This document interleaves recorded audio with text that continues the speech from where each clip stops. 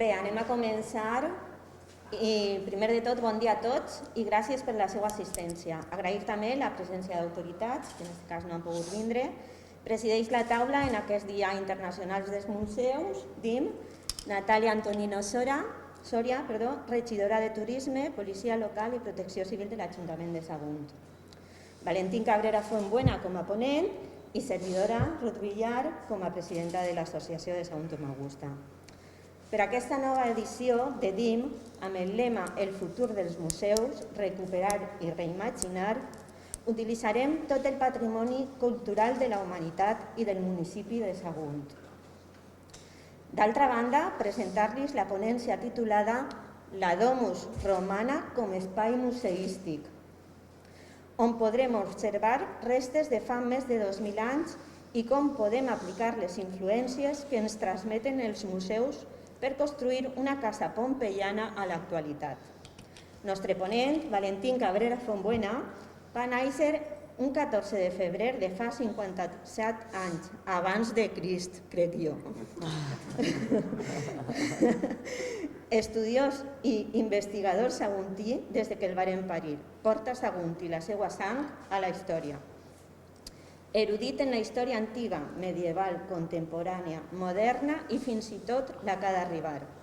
Membre i president de diverses associacions culturals i patrimonials, com el Centre Arqueològic, Cofradia de Minerva, Sants Patrons, entre altres. Actualment està més enfocat en l'investigació de Sagunt romà i el Sagunt ibèric, destacant sobretot la Segona Guerra Púnica, punt d'inflexió de la història universal produït a Sagunt. Sense més dilació, els deixo amb unes paraules de la regidora Natàlia Antonino i passem al nostre ponent. Per la meva part, moltes gràcies per la seva atenció. Buenos días, buen día a todos y totes. Lo primero que quiero es agradecer la presencia de todos vosotros y vosotras aquí en la Vía del Pórtico y agradecer también, por supuesto, a Sagunt Augusta con Valentín, que nos dará esta conferencia, y con Ruth como su presidenta representando a la asociación. Como bien sabéis, hoy es el Día de los Museos, el 18 de mayo que celebramos cada año, con un lema que este año ha sido recuperar y reinventar o reimaginar. Recuperar porque entendemos que desde la Administración tenemos la obligación de hacer un esfuerzo por recuperar, conservar y poner en valor todo ese patrimonio con el que cuenta la ciudad. Y por otra parte, reinventar y reimaginar para, pues como con conferencias como la que vamos a dar hoy o con talleres o con diferentes actividades como las que se están dando en el municipio dentro del Museo Histórico, con el aula de Domus Baevia y otras actividades varias que se están dando en los diferentes espacios que tenemos en la ciudad, intentar aproximar al visitante de una forma fidedigna a todo lo que es nuestro patrimonio y cómo se vivió en ese momento. Dentro del Día de los Museos hemos escogido nuestros centros, los cuales tenemos esa titularidad y esa potestad para poder realizar actividades, como pueda ser el Centro de Interpretación de la Vía Verde de Puerto de Sagunto y Ojos Negros, un centro, como sabéis, que recoge una parte expositiva y un aula audiovisual en la que contamos contamos todo ese legado que nos dejó esa siderurgia y esa parte económica e industrial de nuestro municipio, y también esa parte de la memoria obrera que quedó en la ciudad y cómo fue poco a poco cómo fue naciendo esa parte del núcleo de Puerto de Sagunto, además de todo ese legado patrimonial y pues los diferentes,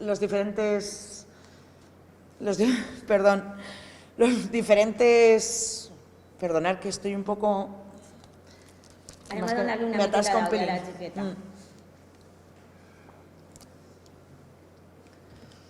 Los diferentes restos patrimoniales que han quedado en el municipio. También la Casa Berenguer, que desde hace un tiempo es el centro de interpretación de la ciudad, en donde podemos observar todos los recursos y productos turísticos que tenemos en nuestro municipio.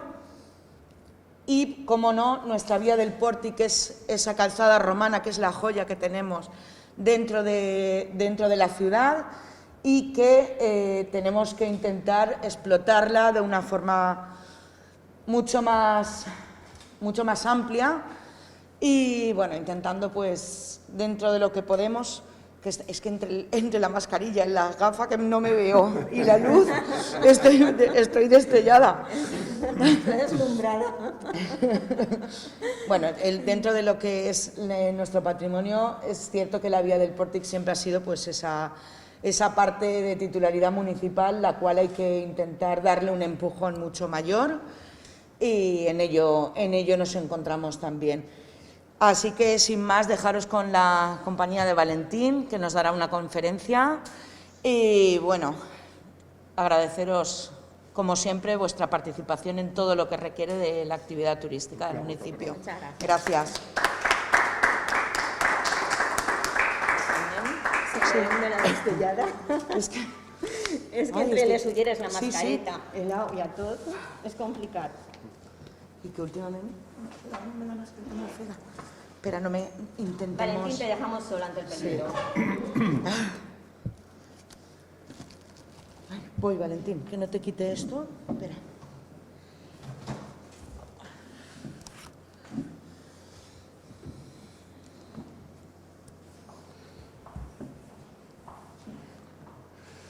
Buenos días, creo que se me escucha bien. El que no me escucha bien todavía puedo levantar la voz más. ¿Vale? Bueno, sabéis que hoy es el Día Internacional de los Museos. Antes de comenzar, pues darle las gracias a la Concejalía de Turismo del Ayuntamiento de Sagunto por las facilidades prestadas. La verdad es que sin el apoyo del Ayuntamiento, pues no podrías trabajar como trabajas. Y cuando tocamos el tema de turismo, pues la verdad es que todo son facilidades, ¿vale? ¿Por qué hablar de la Casa Romana, de la Domus Romana?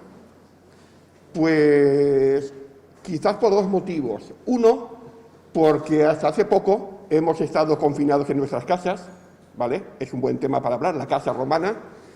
Hay quien ha estado confinado en una casa mayor, otros en un piso más pequeño, ¿vale? Si hubiésemos estado confinados en una casa romana, pues la verdad que no nos hubiésemos aburrido, porque son espacios generalmente bastante grandes.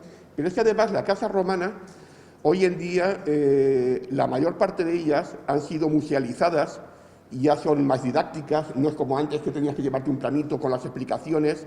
En Sagunto tenemos perfectamente, pues, esta zona de la Vía del Pórtico, donde ves una calle romana, el cardo máximo, el cardo mayor y el cardo menor, perdón, el decumano mayor y el decumano minor, ¿vale? Vemos también casas romanas, están musealizadas, están con sus explicaciones.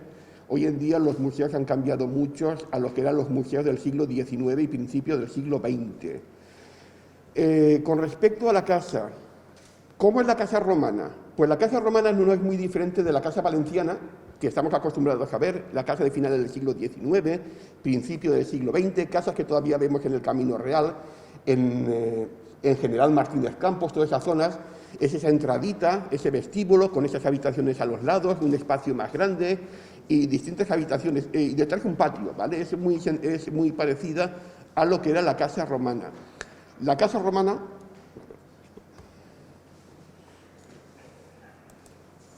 la vivienda romana. Vale. Esa es una casa romana. En este caso se trata de la casa del Citarista en Pompeya, del siglo I a.C. Es una reconstrucción. Vamos a ver muchas casas de la zona de Pompeya y Herculano porque es donde mejor vemos los ejemplos de construcciones, porque gracias a la desgracia del Vesubio tenemos ciudades prácticamente completas. Nosotros cuando pensamos en las casas romanas pensamos en estas casas, pero no siempre ha sido así. La casa romana tenía un origen y además un origen muy modesto. En torno al año 1200 a.C., pueblos indoeuropeos, pueblos del centro de Europa, se establecen en el norte de Italia, en la zona de la Toscana, y también se establecen en la zona del Lacio, en torno a lo que va a ser luego Roma. Es lo que se llama la cultura pre-vilanoviana, el nombre se las trae. Entre el siglo X y el siglo VIII a.C., esa cultura va a ir desarrollándose. Es lo que vamos a conocer como la cultura de Vilanova, porque los primeros restos que aparecen es en un pueblecito de la Toscana que se llama Vilanova, ¿vale? Y allí aparecen las primeras cabañas. Toda esa época está muy mal conocida, porque, vamos a ver, estamos hablando entre el siglo X y el siglo VIII a.C., posteriormente van a haber ciudades y posteriormente sobre esas casas, sobre esos pobladillos primitivos, pero, bueno, poco a poco se van haciendo excavaciones arqueológicas, cada vez las excavaciones arqueológicas se hacen mejor y vamos conociendo estos orígenes de la casa romana, los orígenes. Esto es una casa romana, en sus orígenes. Esto, en este caso, se trata de una urna cineraria hecha entre el año 900 al 850 a.C. y fue encontrada en la necrópolis cercana a Castel Gandolfo. Castel Gandolfo es la residencia donde veranea el Papa, ¿vale? Pues allí apareció una... Y esas primeras casas las conocemos generalmente por las urnas funerarias. Esta es de terracota, se conserva en los museos vaticanos y ya se encontró a principios del siglo XIX. Son muy sencillas, son casas hechas muchas veces con un zócalo de piedra como la que vemos aquí. Luego las paredes son de barro y las techumbres son de paja, madera y paja.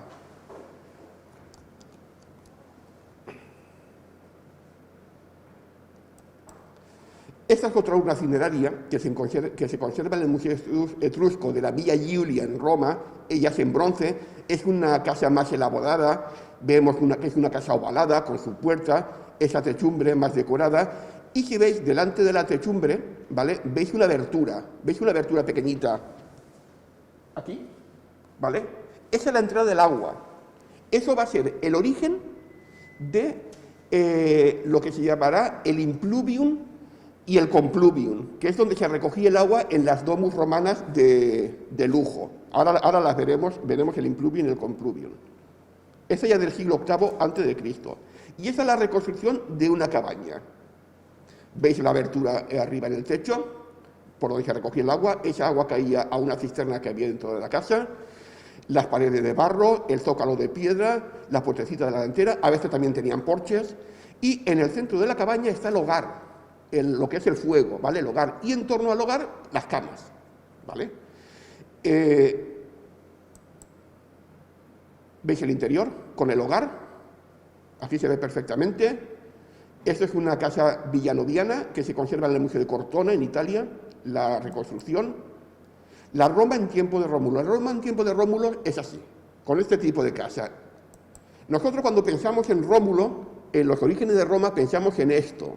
Este es un magnífico cuadro de Jacques-Louis David que se hace en el año 1799, es un pintor francés, se conserva en el Museo del Louvre, y vemos el famoso cuadro del rapto de las Sabinas. En los orígenes de la historia de Roma, Roma no tenía casi mujeres. Invitan a sus vecinos, a los sabinos, a una fiesta, y les roban a las mujeres, y se lía. A la derecha vemos al rey Rómulo, con ese escudo que aparece la loba capitolina, y a la izquierda aparece el rey Tito Tacio, que es el rey de los sabinos, y en medio una mujer. Las mujeres harán de árbitros en la batalla y se frenará. Pero Roma es muy diferente a la que estamos viendo. Ahí vemos las murallas de Roma, vemos el templo de Júpiter Capitolino en la base de la montaña, pero Roma es muy diferente a esta pintura del siglo XVIII. Esto es Roma, en tiempos del rey Rómulo. En el año 753 a.C., Roma es así: un poblado pequeño, sucio y maloliente. Nada que ver con la Roma imperial, la Roma del emperador Augusto o la Roma del emperador Adriano, muy diferente. Son casas vilanovianas, porque ya he dicho que la cultura vilanoviana se establece en la Toscana, pero también se establece en el Lacio, en el entorno de Roma. En el norte, los etruscos van a ir evolucionando más rápidamente porque tienen contacto con otros pueblos del Mediterráneo, con griegos, pero Roma va a ir evolucionando un poquito más lentamente.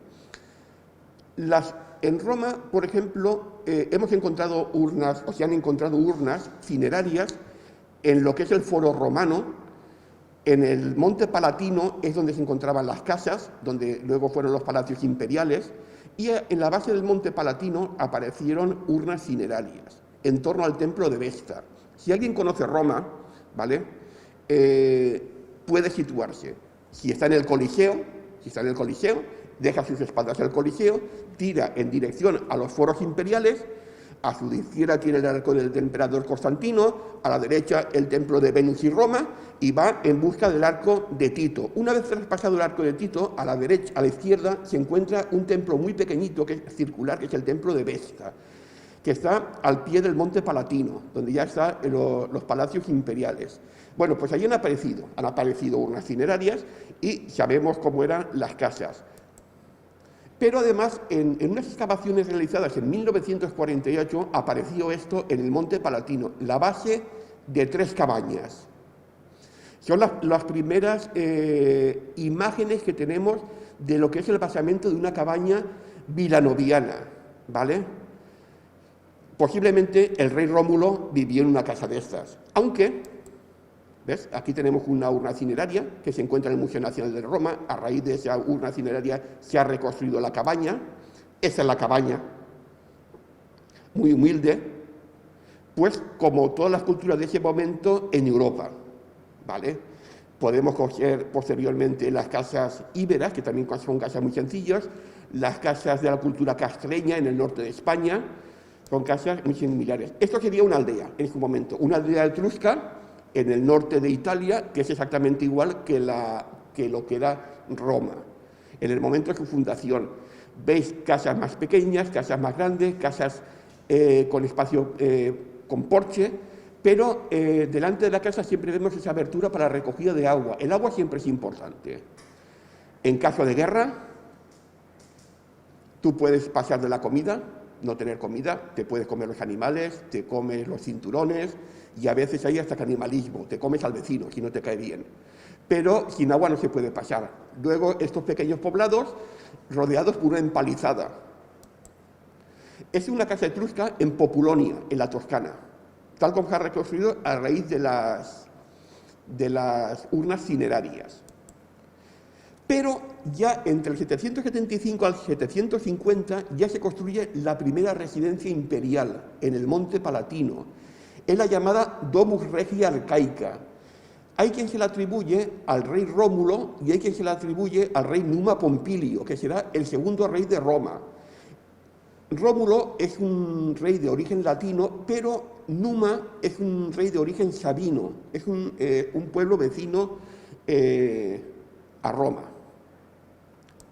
Este es el interior de la Domus Regia, ¿vale? Y en ella vemos colgado una serie de lanzas y una serie de escudos. Ese escudo, uno de ellos era el escudo original del dios Marte. Marte, durante una epidemia de peste en Roma, porque las había, ¿vale? Las había y numerosas, lo que hace es dar su escudo a la ciudad de Roma y su lanza, para que proteja la ciudad. Numa, que era un poco avispado, lo que hace es hacer 11 reproducciones de la lanza y 11 reproducciones del escudo, porque en caso de que intente ser robado, nadie robe el original. Y crea lo que se llama el Colegio de Salios, los sacerdotes del dios Marte, que también están muy relacionados con Sagunto, porque en Sagunto también tendremos un colegio de Salios y un santuario del dios Marte. Pero es que además Numa escucha unas palabras que le dice Roma.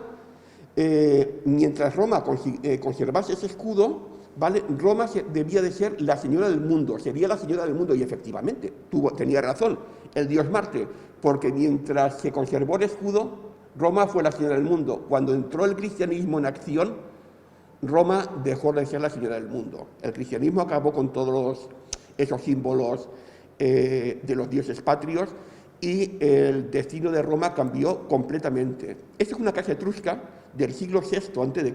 Estoy hablando de casas etruscas que son las que más se conocen, ¿vale? Pero estamos hablando también de casas latinas. Los latinos son los que viven en el Lacio, ¿vale? No son los que bailan reggaetón en Colombia. El latino es el habitante del Lacio, en Roma. Luego también aparecen este tipo de casas cuadradas, pero ya con un patio central para la recogida de agua. Tiene planta baja, primer piso, pero los materiales de construcción también son muy flojos. Es como antes, maderas, barro. Esta es la Roma del siglo VII al VI a.C. La verdadera historia de Roma comienza cuando los reyes etruscos, que son 3, toman la ciudad. Porque los etruscos están bastante más avanzados que los latinos. Entonces, el primer reinado es el de Lucio Tarquinio Prisco, también conocido como Tarquinio el Viejo, y ya el último rey será expulsado el año 509, que es Tarquinio el Soberbio, y se proclama la República. Pero aquí ya vemos algo de arquitectura, ya vemos casas elaboradas, vemos a la derecha, en la parte alta, vemos el Capitolio, ¿vale? Con el templo de Júpiter capitolino, la tríada capitolina, Júpiter, Juno y Minerva. Ya vemos una arquitectura, es arquitectura etrusca pura y dura, ¿vale? Pero en medio de esa arquitectura ya vamos a ver una casa más avanzada que esa cuadrada. Es como la cuadrada que hemos visto con ese patio central, todo gira en torno a un patio central, las habitaciones, la cocina, todo gira. En el siglo II a.C., la casa etrusca ya va tomando la forma de lo que va a ser la casa romana y, por tanto, de lo que con el tiempo va a ser la casa valenciana. Todo sigue girando a un patio central y detrás tiene el hortus, el huerto. Esta casa seguirá evolucionando y a la parte delantera se le añadirán 2 puertas más, que son dos tiendas, 2 tabernae. Pero en el siglo II a.C., en Roma entra lo que se llama la corriente helenística, que es una influencia griega. Entonces, el hortus va a ser sustituido por un patio central, lo que se llama el peristilum, que es un patio porticado con su jardín, y en el peristilum van a aparecer una serie de habitaciones y va a descongestionar toda la zona delantera de la casa.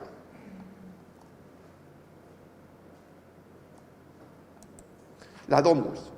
Vamos a hablar solamente de la domus. La domus es la casa de familia adinerada, la casa de ciudad, ¿vale? Luego también estaban las insulae, que eran las casas la finca de varios pisos, porque en Roma, las ciudades romanas, incluso aquí en Sagunto también teníamos finca de varios pisos. Luego están las villas rústicas y las villas suburbanas, que son las casas de campo, pero en este momento nos vamos a centrar solamente en la casa romana, en la domus. Partes de una casa romana. Pues en primer lugar tenemos el ostium. El ostium es la entrada a la casa. Los romanos no tenían la puerta como la tenemos nosotros, que da directamente a la calle.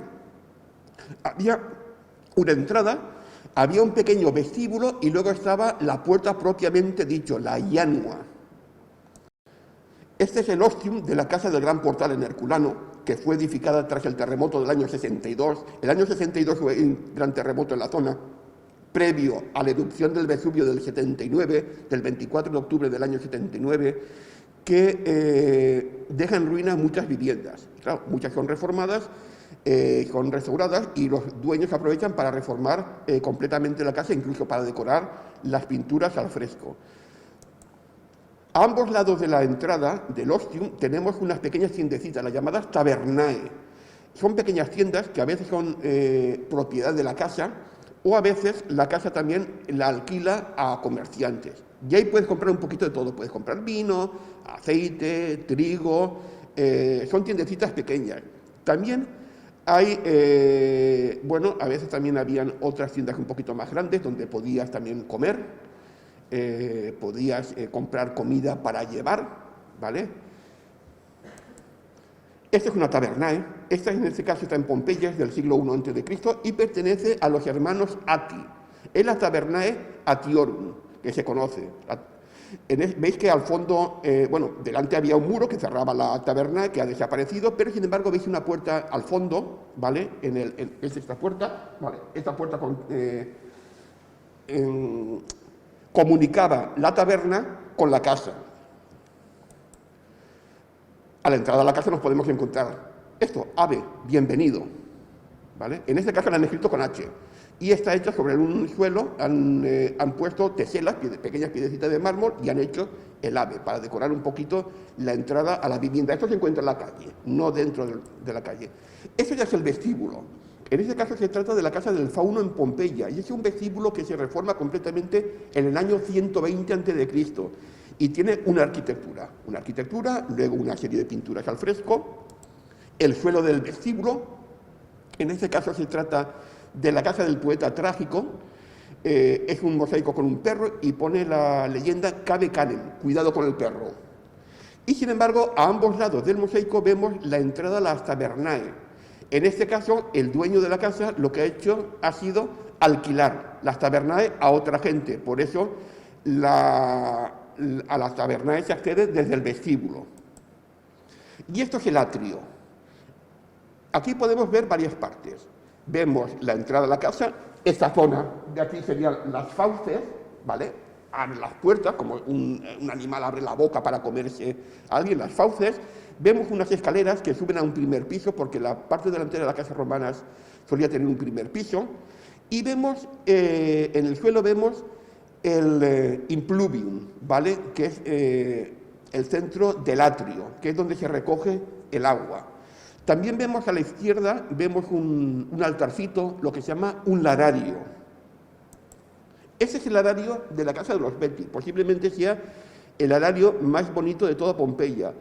Esta fotografía la verdad es que no le hace nada de justicia, pero es que no he encontrado otra mejor, ¿vale? Los dioses lares son los protectores de la casa, son los protectores de la familia. Eso es un larario, ¿vale? Y aquí veis, en el centro, veis en las mismas imágenes que el altar de los Betis, vemos tres personajes masculinos y una serpiente. El personaje central representa al jefe de la casa, al pater familias, es el genio del pater familias, va a ser el protector. A ambos lados están los dioses lares, que son los hijos del dios Mercurio, ¿vale? Los hijos del dios Mercurio y de la ninfa Lara. Y abajo vemos una serpiente. La serpiente aparece mucho en la iconografía romana, porque la serpiente es un demonio protector que se aparece en tu vida cuando lo necesitas.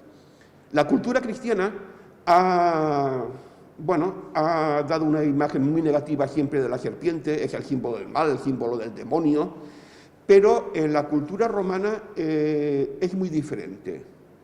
En la cultura cristiana lo que nos ha hecho es, nos ha creado un miedo ancestral hacia este reptil que no deberíamos de tener, porque generalmente los que tenemos por aquí es un animal miedoso, y los que hay por aquí, pues la verdad es que no son venenosas ninguna. Ves, el larario tiene una arquitectura, como si fuese un templete, y este larario en este caso se encuentra en la zona de servicio de la casa. Los hermanos Betti, que eran dos personajes de cuidado, Aulo Betti Conviva y Aulo Betti Restituto, eran dos libertos, dos esclavos que habían sido liberados y se dedicaban al comercio del vino, y habían ganado mucho dinero con el comercio del vino. De hecho, Aulo Betti Conviva llegó a ser sacerdote augustal, que era un cargo que estaba destinado a los libertos, los sacerdotes augustales. Y bueno, además los hermanos Betti, ya digo que eran dos personajes, en la cocina de su casa había una pequeña habitación donde tenían a una prostituta griega que, bueno, por unas monedas un romano podía pasar un buen rato, ¿vale? Entraban por una entrada lateral a la casa, no por la entrada principal, y estos llegaron a comprar la casa del vecino y hacer una gran casa, una casa donde estaba el área señorial y otra para el área de servicio. Es una de las mejores casas y más lujosas de toda Pompeya. Dos figuras del larario, pues son estas dos que vemos ahora en las fotos. A la izquierda vemos, son dos estatuas procedentes de Sagunto, que desgraciadamente no se encuentran en Sagunto, ¿vale? Para variar. La izquierda es una Venus que se encuentra en la Real Academia de la Historia en Madrid, del siglo II después de Cristo. Y la segunda es el Mercurio, esta es una reproducción, ¿vale?, del Mercurio que apareció en el castillo de Sagunto y se encuentra en el Museo Nacional de Dinamarca, en Copenhague. Son figuras de lararios, porque aparte de las figuras que habían tradicionalmente, La gente también tenía devociones particulares, ¿vale? Entonces podemos encontrar incluso hasta representaciones de miembros de la familia para que los lares protejan a la familia. En esta casa en concreto, la llamada Casa del Patio Bonito en Herculano, que es de mediados del siglo I después de Cristo, lo que es el atrio, ¿vale?, fue sustituido por un patio. Esto nos puede sonar a casa castellana, ¿vale? Estos patios los hemos visto mil y una vez aquí en España, ¿vale? Pues esto es un patio romano. El atrio es el centro de la vida familiar. Los atrios tienen que ser grandes, tienen que ser lujosos, porque es el centro de la vida familiar, sobre todo en invierno. Aquí vemos otro atrio, que es también de una de las casas más imponentes de Pompeya, la casa de Celso L. Albucio.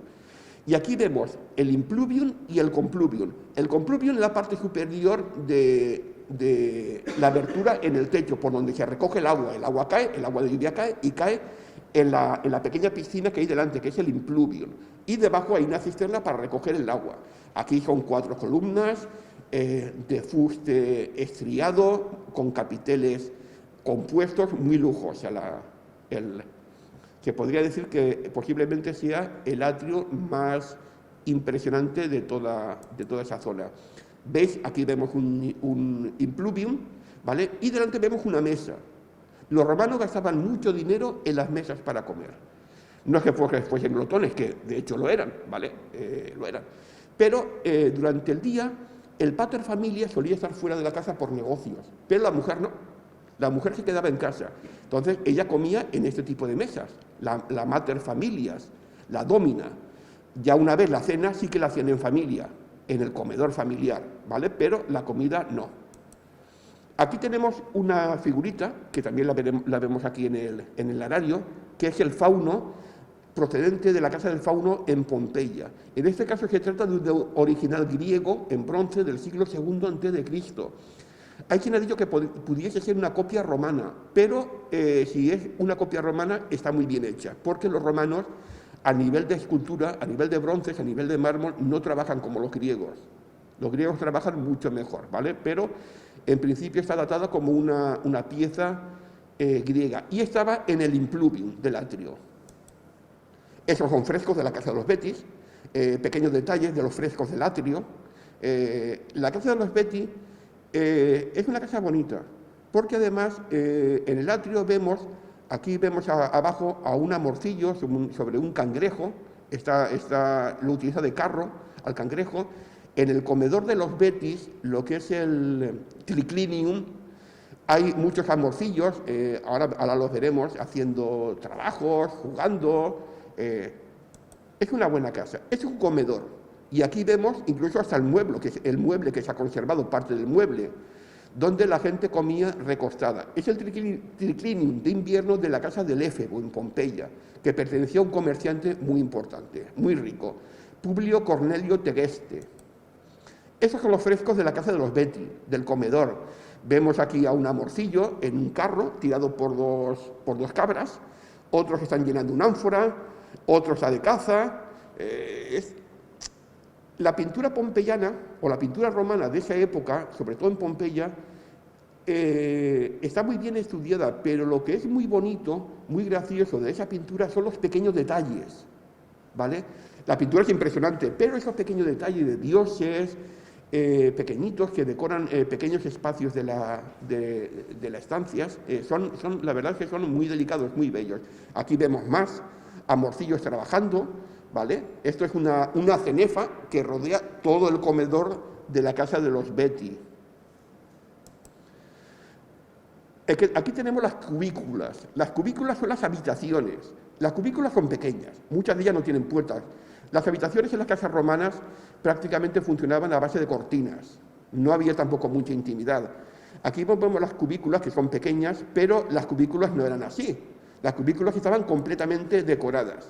En este caso vemos una cubícula completamente decorada, la llamada Casa de los Cubículos Florales en Pompeya, del siglo I a.C., perteneció a un frutero, a un vendedor de fruta, que también ganó mucho dinero con la venta de fruta, redecoró completamente desde la casa, y en este caso se trata de la habitación número 11. Ahí vemos en el centro un árbol con una serpiente enroscada, el techo de la habitación también completamente decorado. Los romanos lo decoraban todo, suelos, paredes y techos, todo.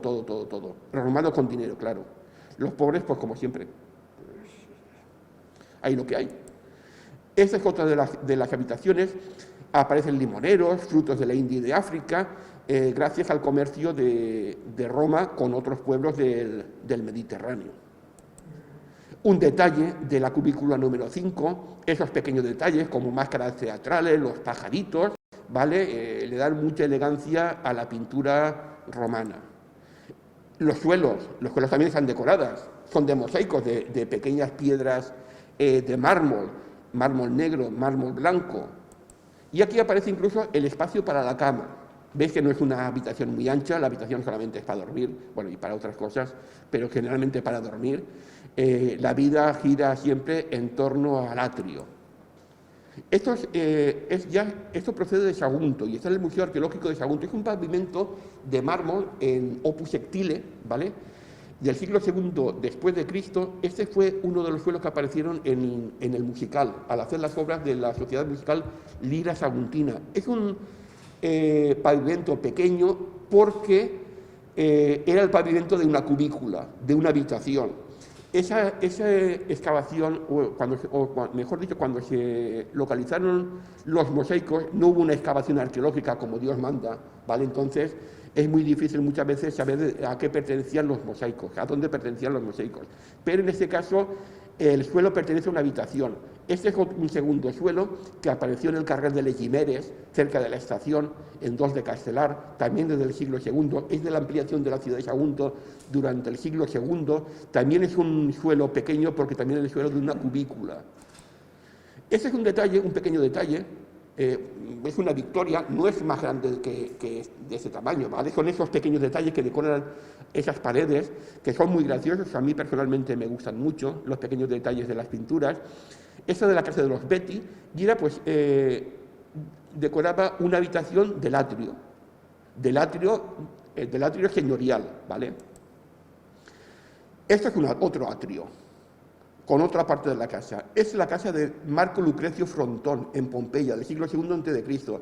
Los frescos son del siglo I a.C. al siglo I después de Cristo. Muchas de las casas de Pompeya están datadas entre el siglo III al II a.C., pero en el siglo I después de Cristo muchas son redecoradas, y tras el terremoto del año 62 vuelven a ser decoradas completamente porque, claro, muchas se vienen abajo, las paredes se agrietan y hay que decorar. Aquí vemos la piscina, la pequeña piscina, no es una piscina, pero por decirlo de alguna forma, del Impluvium de mármol, también decorada con mosaico. Vemos una mesa también de mármol delante. Y vemos unas pequeñas habitaciones, son las cubículas, y ya vemos en el espacio detrás de la mesa un espacio más grande. Eso va a ser el tablinum, el despacho del jefe de la casa. Ese tablinum conectaba con el patio trasero, con el peristilum, pero al lado del tablinum vemos un pequeño pasillo. Eso se llama el andrón, y eso también comunicará el atrio con el patio trasero. Aquí vemos otra vez la casa de los Betti. Siempre la casa de los Betti es un referente. Aquí han simulado la vista hacia el patio trasero, hacia el peristilum. La casa de los Betti no tiene despacho, no les hacía falta a los Betti. Esto se ve que su vida de negocio giraba siempre en la calle, en las tabernas y en los sitios donde se consumía vino y demás, porque es donde se hacían muchas veces los negocios, ¿vale? A la izquierda de la fotografía vemos un espacio que está cerrado, ¿vale? Eso se llama alae. Solían haber 2. Y al lado vemos, que lo vemos de raspada, aquí, la caja de caudales de la familia. Ahí se guardaba el dinero y se guardaba en el atrio. Han aparecido restos de cajas de caudales. ¿Ves? Esto es la alae. ¿Para qué servía el alae? En la alae se guardaban los retratos de los antepasados. Los romanos de buenas familias guardaban los retratos de los antepasados, siempre, las mascarillas funerarias. Entonces se rendía culto a esos familiares. Todas esas costumbres que tienen los cristianos, la noche de difuntos, todos los santos, proceden de las costumbres romanas. Incluso esa manía que tenemos a veces de colgar fotografías en casa de antepasados es una costumbre romana. Esta es la otra alae, la alae norte del atrio de los Beti.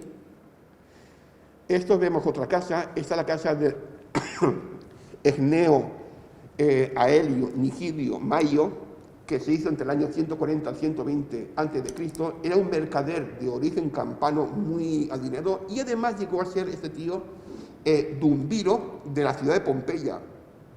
Sabemos que los dumbiros es la máxima magistratura municipal y generalmente está ocupada por patricios. Perdón, que voy a beber.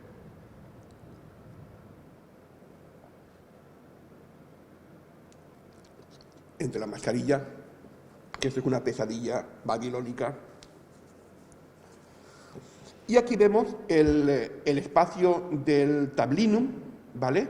Y vemos las columnas al fondo, que son las columnas del patio trasero del pericilum. Pero a la derecha vemos ese pasillo, el andrón. Aquí vemos otro tablinum, muy elegante, el de Quinto Popeo. Quinto Popeo era familia de Popea Sabina, la segunda mujer del emperador Nerón. En Pompeya menos han aparecido dos casas de familiares de la mujer de Nerón. Ese es el despacho. En el caso de que el marido hubiese muerto y la que se encargaba de toda la casa era la mujer, la mater familia, pues era el despacho de la mater familia, porque también la sabían. La mujer tiene... Roma es una sociedad de hombres, pero la mujer también tiene sus derechos en Roma, ¿vale? Y la mujer es la que realmente, en cierto modo, lleva la casa. El hombre se encarga de los negocios, pero la casa romana es dirigida por la mujer, la economía, la educación de los hijos, y hay mujeres con mucho poder. Este es el suelo del tablinum de la casa del llamado poeta trágico. La casa muchas veces lo conocemos por motes, en este caso apareció este mosaico magnífico del siglo I a.C., una escena teatral, es la que da nombre a la casa. En muchos casos también conocemos las casas por los nombres de sus propietarios porque han aparecido los sellos para imprimir sobre cerámica. Esta es la casa del panadero Terencio Neo, otro personaje rico de Pompeya. Aquí, esta pintura a mí personalmente me gusta mucho porque está hablando de la relación entre hombre y mujer en la antigua Roma.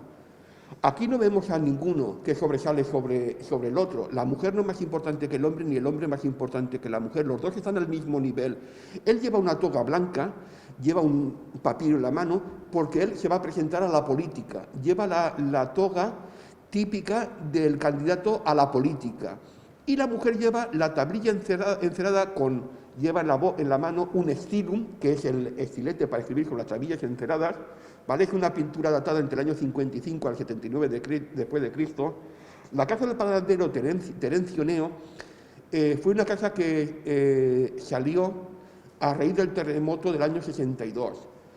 Hay una mujer extremadamente rica en Pompeya, Julia Félix, que heredó una fortuna de la familia, no estaba casada, y lo que hizo que tras el terremoto dividió su casa. Ella se quedó una parte de la casa y la otra parte de la casa la dividió. Y alquiló apartamentos, casas, los baños de la casa, o sea que... Y Terencio Neo ocupó esta casa. Este es un suelo en Opus Sectile del siglo II después de Cristo. También procede de Sagunto. No sabemos en qué parte de la casa podría estar. Este es otro de los mosaicos del musical, el llamado mosaico de las liras.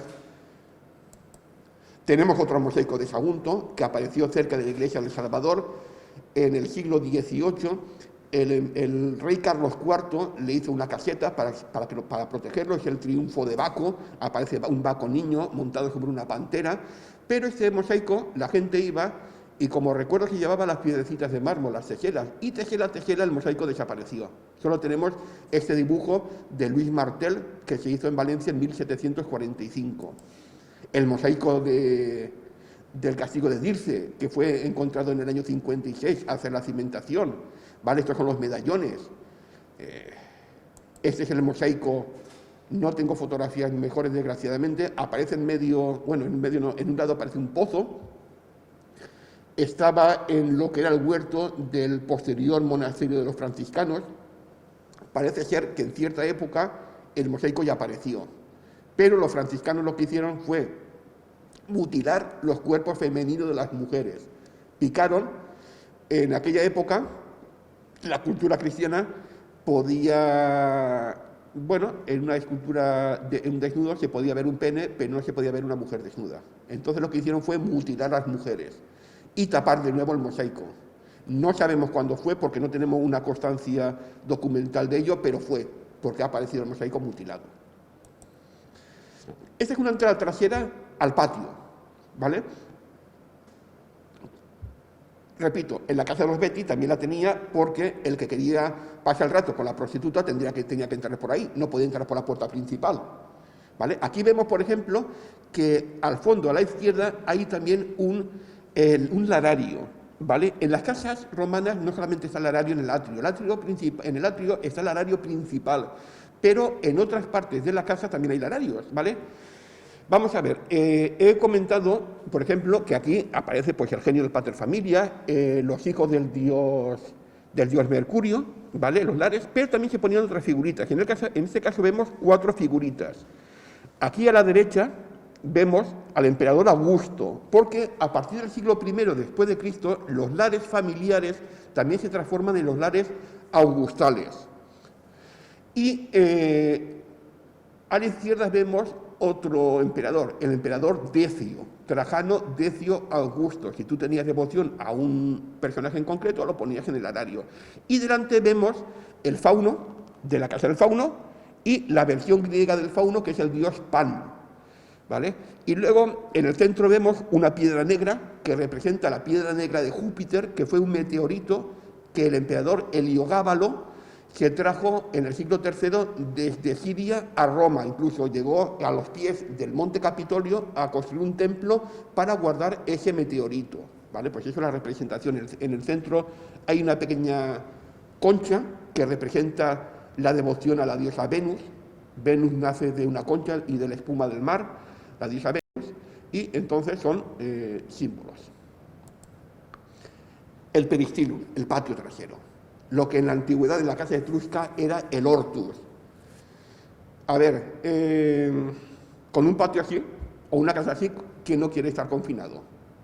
Una confinación de lujo, porque además esto tenían también piscinas particulares y salas de baños, ¿vale? De baños calientes, fríos, templados, o sea, eran casas extremadamente lujosas. Los romanos no reparaban en gastos, porque además las familias tenían mucho dinero. Esta es la casa de Quinto Popeo, el primo de Popea Sabina. Esa casa se ha conocido siempre como la casa de Menandro, que era un poeta, porque apareció esta pintura que hay aquí en ocre, ¿vale? Se creía que era Menandro, pero realmente es Quinto Popeo, es el propietario de la casa. A veces nos encontramos la sorpresa de que de las pinturas al fresco aparecen los retratos de los miembros de la casa, y esto es en el peristilum, en el patio porticado. Esa es una decoración también de otro patio porticado, la casa del poeta trágico, es el sacrificio de Ifigenia del siglo I después de Cristo. Todas las partes de la casa están completamente decoradas con cuadros así, de mejor calidad, de peor calidad, ¿vale? Desgraciadamente no conocemos los nombres de los artistas, pero esto lo pintaban auténticos artistas en su momento. Y muchas de ellas son copias de pinturas griegas. Los griegos tenían pinturas sobre tabla, cuadros, como los conocemos hoy en día. Lo que pasa es que no se han conservado ninguna, pero estas son copias de pinturas griegas. Ese es el pie de una mesa, el mármol, una esfinge espectacular. Esto en su momento al dueño de la casa le costó mucho dinero, porque eso era extremadamente caro.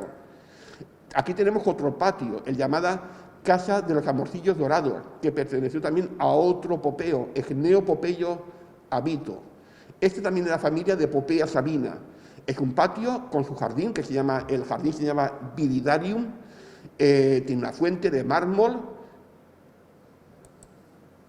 Esto se encuentra también, es una pintura de uno de los peristilum. Esa pintura es importante, es la casa de Actio Aniceto, y fue una pintura que se hace entre el año 59 al 79 después de Cristo, y representa un día durante los Juegos en el anfiteatro de Pompeya, porque este es tal y cual como es el anfiteatro de Pompeya. La gente de Pompeya se lía contra la gente de Nocera, que era un pueblo cercano, y se lía. Hay muertos, hay muchos heridos, y el emperador Nerón toma cartas en el asunto y prohíbe los juegos en el anfiteatro de Pompeya, que eso ya era un gran castigo para la ciudad, durante 10 años.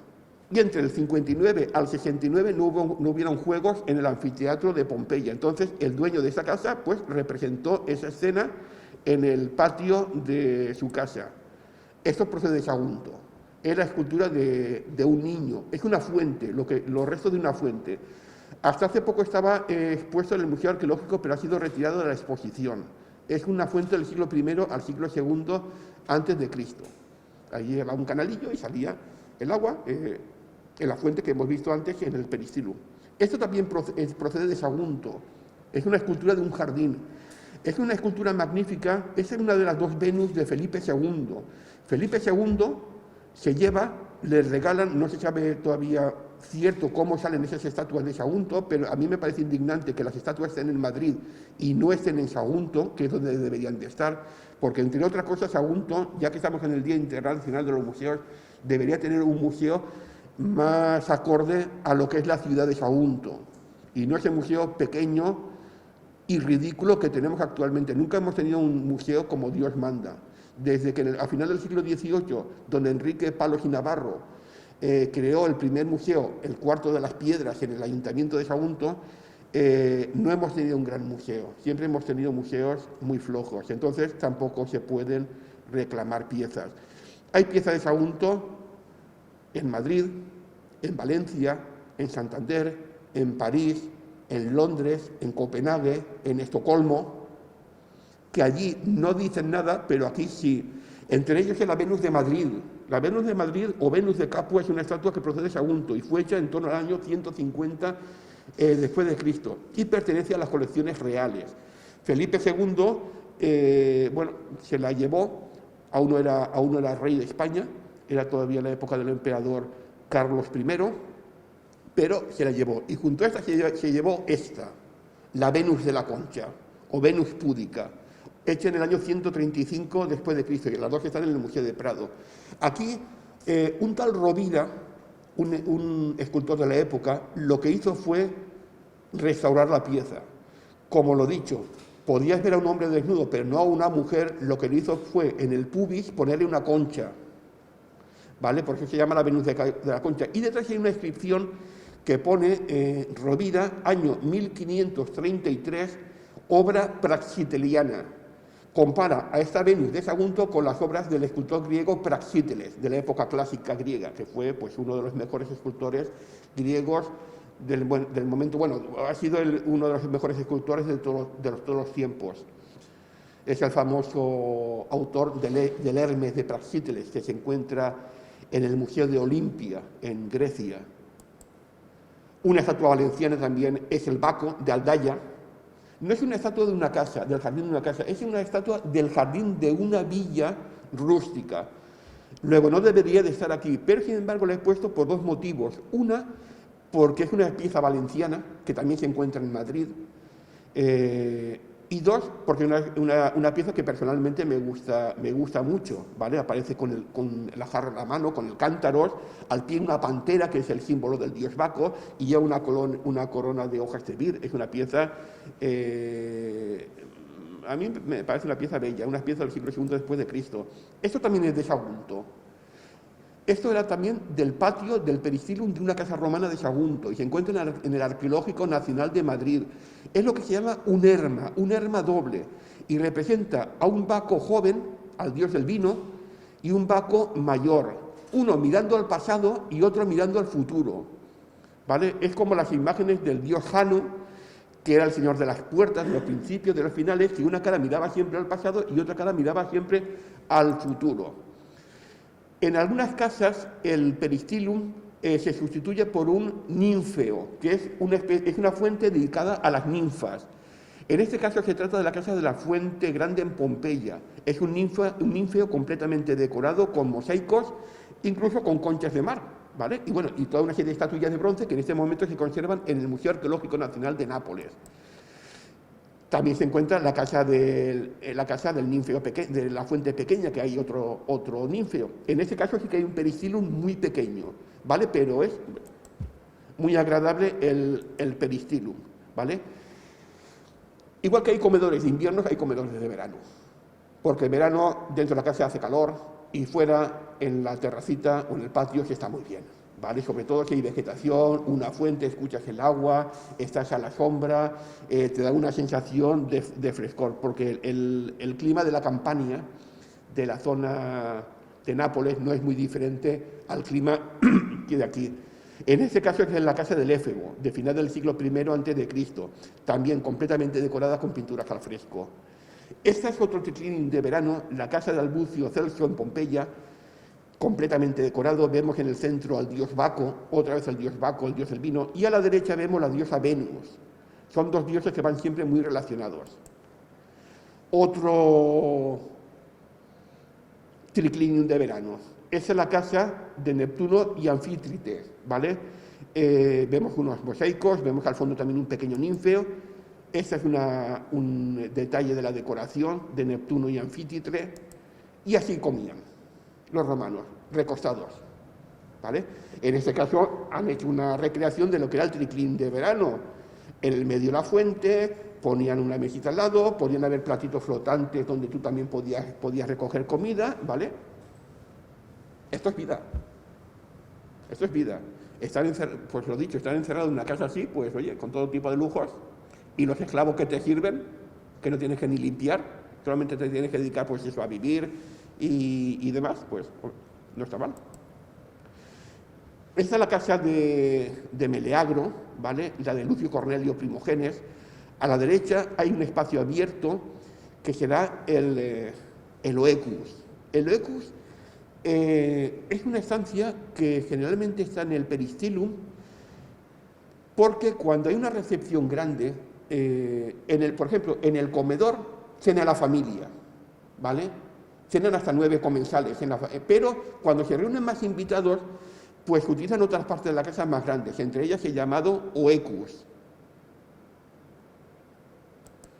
Este es el Oecus de Meleagro en la casa anterior, ¿vale? Es el llamado Oecus corintio, además decorado con pinturas al fresco, con columnas, muy lujoso. En la casa del Laberinto, otro Oecus también, muy lujoso. La casa de Celso Albucio, en Pompeya, el Oecus tetrástilo, porque lleva 4 columnas, y bóveda de medio cañón, es un espacio más grande para reunirse más gente. Este es el Oecus egipcio, en herculano, tiene planta de basílica, 3 naves, nave central y nave laterales, como si fuese una iglesia. Los cristianos tomarán el ejemplo de iglesia de este tipo de salas, de la sala basilical. Luego tenemos otra sala de reuniones, que se llama la exedra.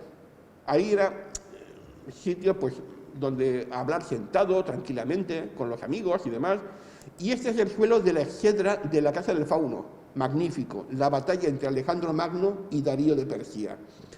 El mosaico se compone de 1,5 millones de teselas. Es el trabajo de un artista y esto en su momento al propietario de la casa le costó mucho dinero. Y no se trata de un opus teselatum normal, es lo que se llama el opus vermiculatum. Quiere decir que las partes blancas están hechas como si fuese de gusanillo, ¿vale? Y eso es todavía mucho más complicado de hacer. Se encuentra en el Museo Arqueológico Nacional de Nápoles y en el suelo se ha puesto una copia. Esta es la exedra de la casa de los Betti, completamente decorada, con pinturas al fresco. Y luego hay otra parte de la casa en el jardín que se llama el Sacellum. El Sacellum es un pequeño lugar sagrado. En las ciudades habían 2 tipos de Sacellum.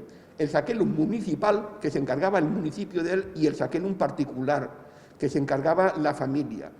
Esta es la llamada casa de Venus en la Concha, que perteneció a Décimo Lucrecio Satrio Valente.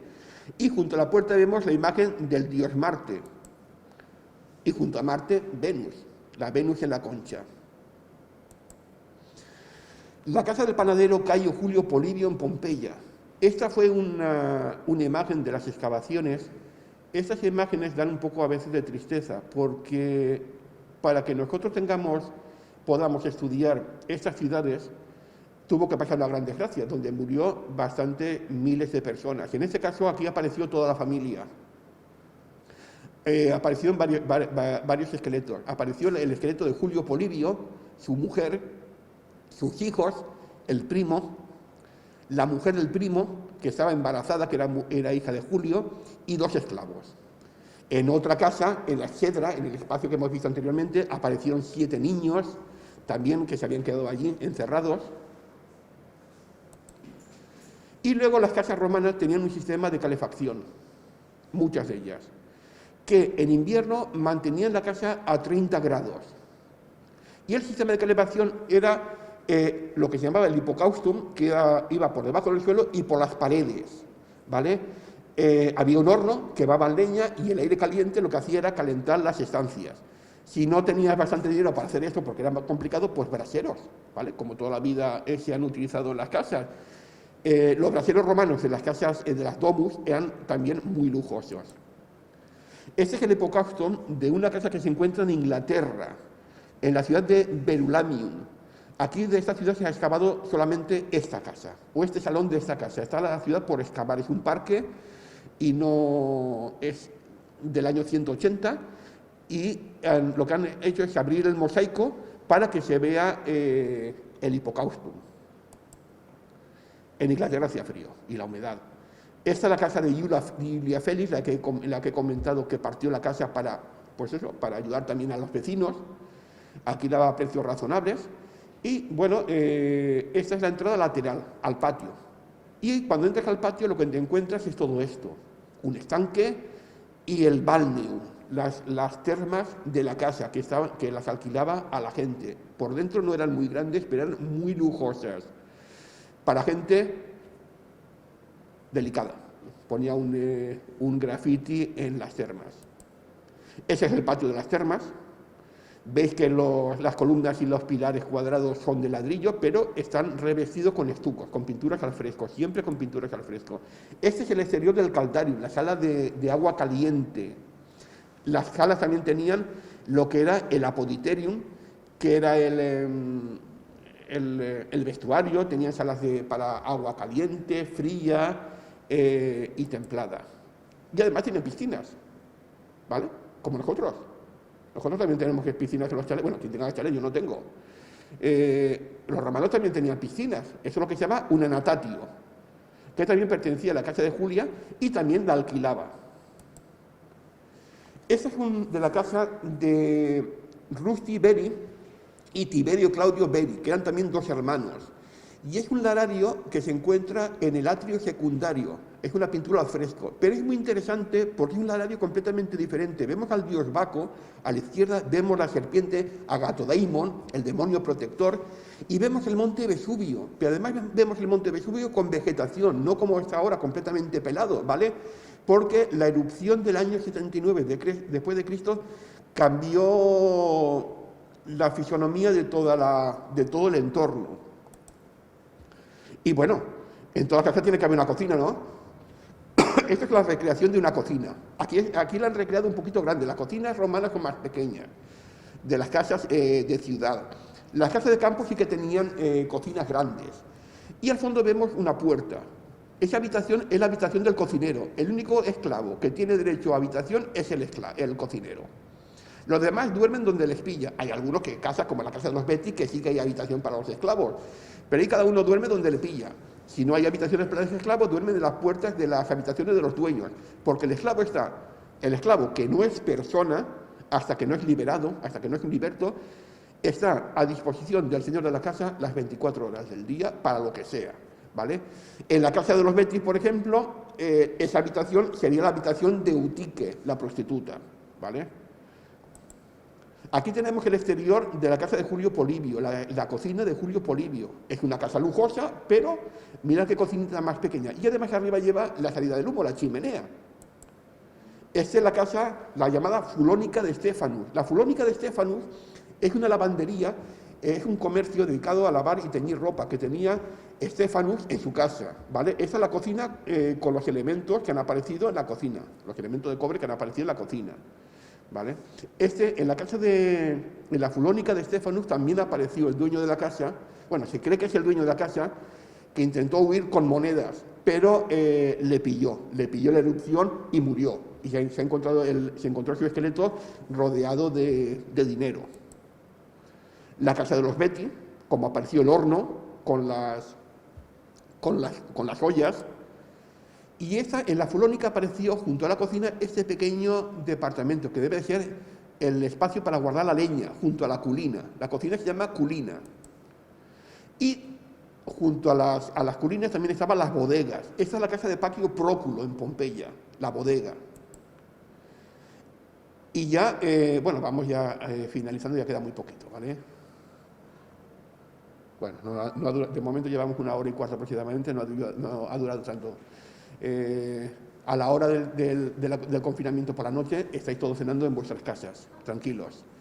Estas son las cubículas, las habitaciones del servicio. En la casa de los Betty, como los Betty se permitían el lujo de comprar otra casa, tuvieron una zona señorial, por decirlo de alguna forma, y una zona para el servicio. Vamos a ver, el esclavo no es persona, pero el esclavo cuesta dinero. Y al esclavo hay que mantenerlo, ¿vale? Y muchas veces el esclavo se gana la confianza del patricio, del pater familias o de la mater familia, y entonces es liberado. Se va a la basílica, se lleva al esclavo, se firma un documento en la basílica y acaba siendo un ciudadano libre. No tiene los derechos de un ciudadano libre de toda la vida, de un ciudadano que ha nacido libre, pero tiene sus derechos, ¿vale? Ese esclavo, ese liberto, puede ocurrir 2 cosas con él. Uno, que se quede a trabajar en la casa como persona de confianza del dueño, o monte su propio negocio, como en el caso de los Betty, ¿vale? Un liberto muy conocido en Roma era un liberto del emperador Claudio, ¿vale? El liberto trabajaba con Claudio, ¿vale? Pero él tenía sus derechos y tenía una villa magnífica de campo en la ciudad de Estavia, muy próxima a Pompeya, pero lujosa como ella sola. En este caso, las habitaciones son más humildes, ¿vale? Pero bueno, son para el servicio. ¿Y qué no puede faltar en toda casa? El retrete, las letrinas. Claro. Las letrinas son comunitarias. Quiere decir que ahí hace sus necesidades el dueño de la casa y el esclavo. Las letrinas, muchas veces hemos visto otros espacios como unos espacios asquerosos, sucios, malolientes. Bueno, un cuarto de baño es maloliente, de por sí, ¿vale? Pero había un canal de agua que hacía que se limpiase las letrinas. Las letrinas, muchas de ellas, incluso las letrinas comunes en las ciudades, tenían los asientos de mármol, que tampoco eran sitios tan cutres, pinturas al fresco, pavimentos de mosaicos. Luego te podías limpiar el trasero con ese palo que hay ahí, ¿vale? Que vemos ahí en el suelo. Ahora veremos un detalle de ese sistema para limpiarse. Esta es una casa en Túnez, en Bula Regia. Es una letrina para 2 personas. Túnez estaba en lo que se llamaba el África proconsular, y es una letrina común. Veis que el suelo lleva un pavimento de mosaico, tiene su lujo, ¿vale? No es una letrina normal y corriente. Mi cuarto de baño tiene grés, no tiene un pavimento de mosaico, que eso es mucho más caro que el grés. Ahora, esto es lo que tenían los romanos para limpiarse. El silospogium, que era el palo con la esponja. Luego, cuando te limpiabas, lo metías en un cuenco con agua, y había un esclavo que siempre se encargaba de limpiar esa pieza. Eso sí que es lo que se llama un trabajo de mierda, ¿vale? Nunca mejor dicho. Cuando te quejes de tu faena, piensa que hay alguien que siempre tiene una faena peor que la tuya. Y bueno, pero luego también aparecen estas piezas discoidales que vemos abajo de cerámica, que es lo que se llama una pesoi. Estas piezas se utilizaban para varias cosas. Se utilizaban como fichas de juego, depende del tamaño, porque han aparecido tableros de cerámica divididos en cuadros, era un juego parecido a las damas. También se utilizaban como tapaderas de piezas de vasos, de jarras, pero han aparecido en letrinas, con restos de excrementos humanos. Quiere decir que eso también se utilizaba para limpiarse el trasero, ¿vale? Estos eran los 2 sistemas mejores que tenías. Luego las letrinas públicas eran una especie de WhatsApp del momento, del grupo de WhatsApp del momento, porque allí se sentaban los hombres, por un lado, las mujeres que tenían su espacio, y ahí podían estar un rato alcahueteando y hablando de sus cosas, ¿vale? A ver, nosotros somos muy similares en pensamiento y en forma de hacer a los romanos, muy similares. De todas las culturas que han pasado por España, a la que más nos parecemos es a Roma. Sí, tenemos muchas costumbres día a día de la antigua Roma, ¿vale? Bueno, pues esto era un sistema. Y ahora, para finalizar, porque ya no queda ya nada, vamos a ver una domus pompeyana que tenemos a 7 kilómetros de Sagunto.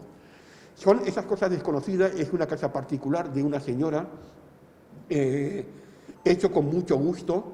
Yo conozco la casa, he estado allí, conozco toda la casa, conozco las pinturas al fresco, conozco los pavimentos de mosaico y está hecho todo con mucho rigor. A veces hay que poner piezas modernas porque hay que tener iluminación, o en la cocina, ¿vale? Porque hay que vivir, ¿vale? Pero está hecho con mucho rumor, con mucho gusto. Es la casa que vemos en el centro, ¿vale? Es la vista aérea de la casa que vemos en el centro. Es esta casa, ¿vale? Es la Domus Pompeyana. Se encuentra a 7 kilómetros de aquí, de Sagunto. Además, la dueña no deja que se pisen los mosaicos. Yo he tenido el honor de poder pisar los mosaicos con mis propios zapatos, porque claro, las cosas se estropean. Esa es la entrada, el acceso desde la calle. Y ya vemos a la izquierda los grafitis. Los romanos, si nosotros ahora pensamos que somos grafiteros, los romanos nos superaban. En calidad de los grafitis, en mensajes en los grafitis, habían grafitis de tipo político. Cuando alguien se presentaba a las elecciones, habían grafitis de tipo erótico. Nosotros ahora para eso, bueno, nosotros no, yo no. La gente para eso es bastante más recatada ahora por la cultura cristiana que tenemos, pero los romanos eran gente de mentalidad muy abierta. Los romanos eran de todo menos aburridos, ¿vale? Entonces, uno de los grafitis que a mí me gusta mucho es este: Cacator cabet malum, cagón, ándate con cuidado. Porque, claro, tú venías una noche de fiesta y te podía apretar el enemigo. Entonces lo hacías donde el primero te pillaba. En la fachada de una casa podías orinar o podías defecar. Entonces había una serie de maldiciones para que tú no lo hicieses. Por ejemplo, Cacator, ándate con cuidado, que Júpiter te castigará. Han aparecido también, pero ella ha puesto esta: Cacator cabet malum. Cagón, ándate con cuidado. Te puede estar esperando el dueño con un cubo de agua sucia, ¿vale? Que te puede caer encima. Ese es el mosaico que hemos visto antes, el Cave Canem, de la casa del poeta trágico, Cuidado con el perro. Ese es el atrium de la casa. Cuando entras a la casa, lo primero que te encuentras es esto: el atrium y el alarium, ¿vale? No me digáis que no es elegante, ¿vale? Y además veis aquí el impluvium con un mercurio, ¿vale? Y vemos también la esquina de una mesa de mármol. El comedor de la casa, el triclinium. Lo que hemos visto antes, las bases de las camas donde se comían recostados en la casa que hemos visto, que se han conservado, ¿vale? Este es un triclinium. El suelo es un pavimento también de mosaico, hecho tesela a tesela. Ahí hay miles de teselas puestas. Este es el oecus, la sala de reunión. Es el mosaico de Virgilio.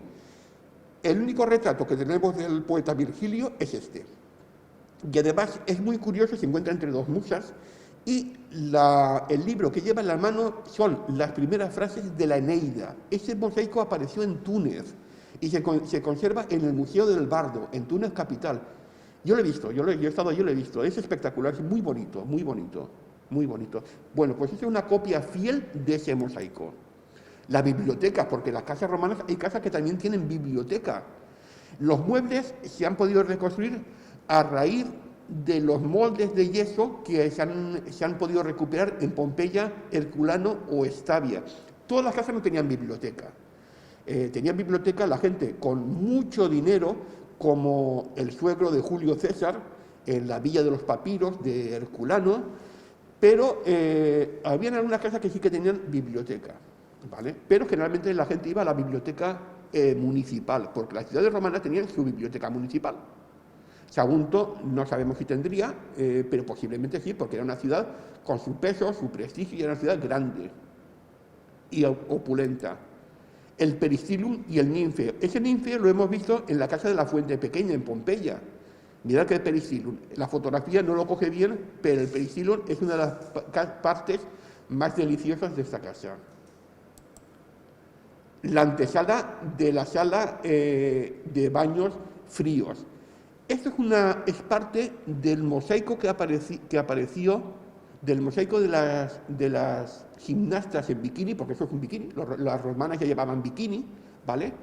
En la villa de Piazza Armerina, en Sicilia. Era una casa que pertenecía al emperador Magencio, una villa ya del siglo IV, extremadamente grande, rica y lujosa, y apareció un pavimento con unas gimnastas, ¿vale?, en bikini. Bueno, pues este es un detalle de ese mosaico. El original no ha estado en Sicilia, pero el original lo conozco bien, ¿vale?, y es copia fiel. Este es el Balneum, que es la zona de baños. Es el Apoditerium. El Apoditerium es el sitio donde tú te vistes y desvistes, el vestidor, ¿vale?, porque había un vestidor para los hombres y un vestidor para las mujeres en las termas públicas romanas.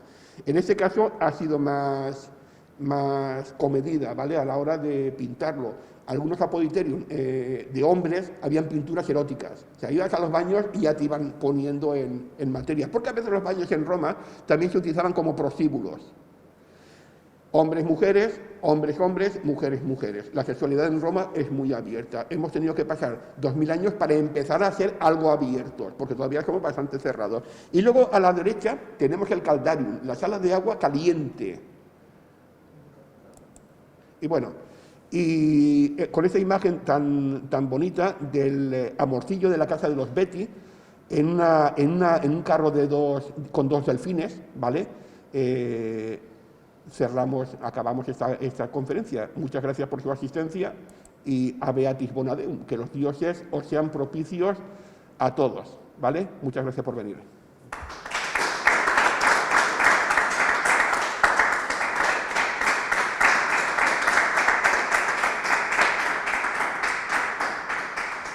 Bien. Y nada, si alguien tiene alguna pregunta breve, porque ya son las 12:25, supongo que la gente se querrá ir a comer, y si no tiene ninguna pregunta, pues nos vamos.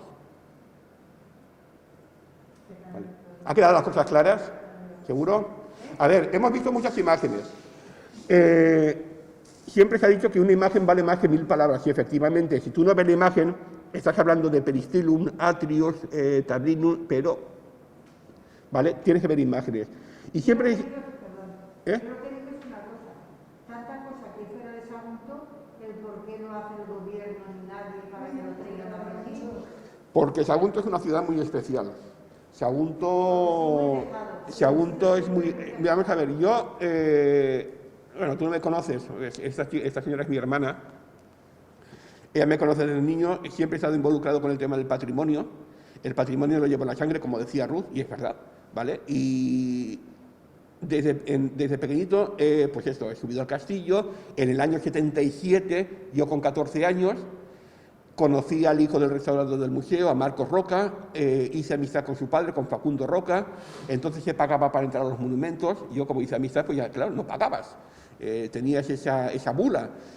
Y ves poca evolución en el patrimonio de la ciudad. Por eso, sería bueno recordar o... reivindicar en este Día de los Museos que Sagunto tuviese, las autoridades se preocupasen un poquito más. No dudo que no se preocupen ahora, porque en estos últimos ayuntamientos se ha notado un aumento en la preocupación por el patrimonio, ¿vale? Se ha visto, se nos dio la capital cultural valenciana, eso ha hecho que venga más turismo, que ahora se haga un proyecto que sea patrimonio de la humanidad, pero seguimos teniendo un museo pequeño, ridículo, que en nada nos identifica con nuestro pasado. Necesitamos un museo grande, moderno, como el de Mérida, donde puedan estar expuestos los mosaicos, que desde que cerraron el antiguo museo a finales de los 80 para hacer la obra del Teatro Romano ya no se han vuelto a ver los mosaicos de Opus Tessellatum, ¿vale? Hay piezas en Valencia, una de las mejores falcatas íberas, de las espadas íberas que han aparecido en España, apareció aquí. Además, con la notoriedad de que apareció el nombre del propietario escrito en plata. Las Venus de Sagunto, por ejemplo. He mencionado a Santander. Hace muchos años, en una visita al Museo Provincial de Santander, que está, bueno, ahora no sé si se habrá modernizado, pero en aquella época era bastante pobre. Allí me encontré con un camafeo romano procedente de Sagunto, un camafeo romano, que son piezas extraordinarias. Y la mejor pieza, la mejor moneda que tenemos de Sagunto de la primera época, la dracma de Sagunto, con la cabeza de Apolo, una dracma, la dracma de la rueda, está en Estocolmo. Entonces son piezas que deberían de estar. Tenía que estar en Sagunto. El problema es que bueno, el museo no reúne condiciones para guardar ciertas piezas, sigue siendo un museo pequeño. Sagunto necesita un museo arqueológico como Dios manda, que recoja desde la prehistoria, desde la Edad del Bronce, que tenemos piezas extraordinarias procedentes del Pico de los Cuervos, hasta la Edad Media, y un museo histórico de la ciudad que abarque desde la Edad Media hasta nuestros días. Porque hay mucha documentación, hay mucho grabado. Sagunto, gracias a la Segunda Guerra Púnica, nos va a relanzar la historia a lo largo de todas las épocas. La gente, cuando Sagunto se llamaba entonces Murviedro o Morvedre, en el extranjero, en Francia, en Italia, en Inglaterra, en Holanda, se conocía como Sagunto, se sigue conociendo como Sagunto. Entonces, van a venir viajeros. En el siglo XI tenemos en Sagunto un médico persa, Al-Razi, que es geógrafo y visita Sagunto, una eminencia como es Al-Razi, habla del teatro romano, del palacio que hay junto al castillo. Luego los numerosos grabados que se hacen en los siglos XVIII, XIX, del teatro romano, del castillo, la infinidad de fotografías que se hacen de Sagunto a finales del siglo XIX, principio, bueno, y a lo largo del todo el siglo XX, ¿vale? No es una ciudad cualquiera. En la Edad Media, cuando se hablan de la historia de Roma, no se habla de Tarragona o se habla de Mérida, se habla de Sagunto, se habla siempre de Sagunto, con en unos códices, con unas miniaturas, con unas iluminaciones hechas por las mejores artistas del momento, y hablan de Sagunto, la Segunda Guerra Púnica, Aníbal, Escipión, los legados que Roma manda a Sagunto para que la ciudad no sea destruida. Se habla mucho, ¿vale? Y son los mejores escritores del momento, los mejores iluminadores del momento, y es Sagunto siempre. Sagunto tiene un peso histórico, pero parece ser eso que no hace mella. También tenemos un problema, y es que estamos muy cerca de Valencia. Estamos muy cerca de la capital. Entonces, eso a veces hace que no nos deje evolucionar más. De todas formas, siempre hay que reivindicar que el patrimonio... Mira, nosotros estamos de paso. Nosotros vivimos 50, 60, 70, 80, 90 años, estamos de paso. El patrimonio, si se cuida, es inmortal. Está desde hace 2000 años, estará 2000 años más y pasará a nuestras generaciones. Que el patrimonio se debe de conservar, cuidar, restaurar para las generaciones futuras y tomar ejemplo de la historia, no repetir la historia. Ahora que hemos visto muchas casas de Pompeya, durante la Segunda Guerra Mundial, los ingleses, con la excusa de que habían panzers alemanes, dejaron caer más de 150 bombas sobre la ciudad. No habían panzers alemanes, era mentira. Tuvieron un error que no han querido nunca reconocer. Eso era la RAF, la Real Fuerza Aérea Británica. Si lees internet, solo cayeron 10 bombas, y eso es mentira. Cayeron muchas más. La casa de los Betty, por ejemplo, fue muy dañada. Han sido dañadas muchas casas que afortunadamente actualmente han sido restauradas, muy bien restauradas, con mucho rigor. Han sido musealizadas, por lo que he comentado, los paneles, ¿vale? Ahora tú vas a una casa de Pompeya y entiendes lo que es una casa romana, con sus diferentes partes sin necesidad de un guía, ¿vale? Antes no, antes tenías que llevar un guía o no sabías, ¿vale? Pero el patrimonio es muy delicado, pero es inmortal. Nosotros vamos y venimos, pero el patrimonio ahí está.